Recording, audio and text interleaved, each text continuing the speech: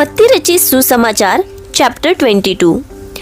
यीशु फिर उनसे दृष्टांतों में कहने लगे, स्वर्ग का राज्य उस राजा के समान है जिसने अपने पुत्र का विवाह किया। और उसने अपने दासों को भेजा कि निमंत्रित लोगों को विवाह के भोज में बुलाए, परंतु उन्होंने आना न चाहा। फिर उसने और दासों को यह कहकर भेजा, निमंत्रित लोगों से कहो, देखो मैं भोज तैयार कर चुका हूँ। मेरे बैल और पले हुए पशु मारे गए हैं और सब कुछ तैयार है। विवाह के भोज में आओ। परंतु वे उपेक्षा करके चल दिए। कोई अपने खेत को, कोई अपने व्यापार को। अन्य लोगों ने जो बच रहे थे उसके दासों को पकड़कर उनका अनादर किया और मार डाला। तब राजा को क्रोध आया और उसने अपनी सेना भेजकर उन हत्यारों का नाश किया और उनके नगर को फूंक दिया। तब उसने अपने दासों से कहा, विवाह का भोज तो तैयार है, परंतु निमंत्रित लोग योग्य नहीं ठहरे। इसलिए चौराहों पर जाओ और जितने लोग तुम्हें मिले सबको विवाह के भोज में बुला लाओ। अतः उन दासों ने सड़कों पर जाकर क्या बुरे क्या भले जितने मिले सबको इकट्ठा किया और विवाह का घर अतिथियों से भर गया। जब राजा अतिथियों को देखने भीतर आया तो उसने वहां एक मनुष्य को देखा जो विवाह का वस्त्र नहीं पहने था। उसने उनसे पूछा, हे मित्र, तो विवाह का वस्त्र पहने बिना यहाँ क्यों आ गया? उसका मुंह बंद हो गया।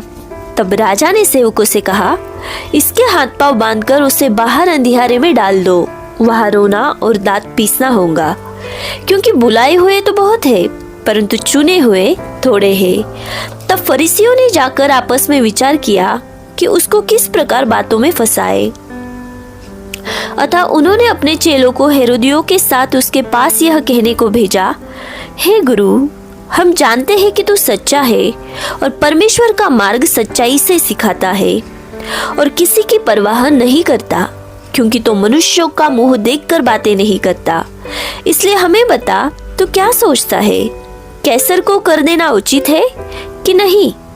यीशु ने उनकी दुष्टता जानकर कहा, हे कपटियों, मुझे क्यों परखते हो?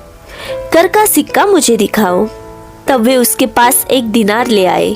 उसने उनसे पूछा, यह छाप और नाम किसका है? उन्होंने उससे कहा, कैसर का।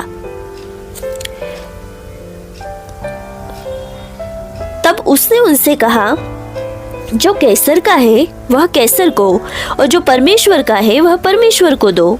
यह सुनकर उन्होंने अचंभा किया और उसे छोड़कर चले गए। उसी दिन सदूकी जो कहते हैं कि मरे हुओं का पुनरुत्थान है ही नहीं, उसके पास आए और उससे पूछा, हे गुरु, मूसा ने कहा था यदि कोई पुरुष बिना संतान मर जाए तो उसका भाई उसकी पत्नी से विवाह करके अपने भाई के लिए वंश उत्पन्न करे। अब हमारे यहाँ 7 भाई थे। पहला विवाह करके मर गया और संतान न होने के कारण अपनी पत्नी को अपने भाई के लिए छोड़ गया। इसी प्रकार दूसरे और तीसरे ने भी किया और 7 तक यही हुआ। सबके बाद वह स्त्री भी मर गई। अतः जी उठने पर वह उन 7 में से किसकी पत्नी होगी, क्योंकि वह सबकी पत्नी हो चुकी थी। यीशु ने उन्हें उत्तर दिया, तुम पवित्र शास्त्र और परमेश्वर के सामर्थ्य नहीं जानते, इस कारण भूल में पड़े हो। क्योंकि जी उठने पर वे न विवाह करेंगे और न विवाह में दिए जाएंगे, परंतु स्वर्ग में परमेश्वर के दूतों के समान होंगे।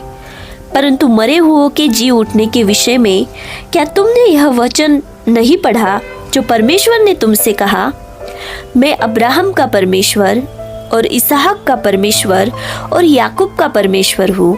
वह मरे हुओं का नहीं, परंतु जीवितों का परमेश्वर है। यह सुनकर लोग उसके उपदेश से चकित हुए। जब फरीसियों ने सुना कि यीशु ने सदूकियों का मुंह बंद कर दिया तो वे इकट्ठा हुए। उनमें से एक व्यवस्थापक ने उसे परखने के लिए उससे पूछा, हे गुरु, व्यवस्था में कौन सी आज्ञा बड़ी है? उसने उससे कहा, तू परमेश्वर अपने प्रभु से अपने सारे मन और अपने सारे प्राण और अपनी सारी बुद्धि के साथ प्रेम रख। बड़ी और मुख्य आज्ञा तो यही है, और उसी के समान यह दूसरी भी है कि तू अपने पड़ोसी से अपने समान प्रेम रख। ये ही 2 आज्ञाएं सारी व्यवस्था और भविष्यवक्ताओं का आधार है। जब फरीसी इकट्ठे हुए थे तो यीशु ने उनसे पूछा, मसीह के विषय में तुम क्या सोचते हो? वह किसका पुत्र है? उन्होंने उससे कहा, दाऊद का। उसने उनसे पूछा, तो दाऊद आत्मा में होकर उसे प्रभु क्यों कहता है? प्रभु ने मेरे प्रभु से कहा, मेरे दाहिने बैठ, जब तक कि मैं तेरे बैरियों को तेरे पाँव के नीचे न कर दूं। भला जब दाऊद उसे प्रभु कहता है तो वह उसका पुत्र कैसे ठहरा? इसके उत्तर में कोई भी एक बात न कह सका। उस दिन से किसी को फिर उससे कुछ पूछने का साहस न हुआ।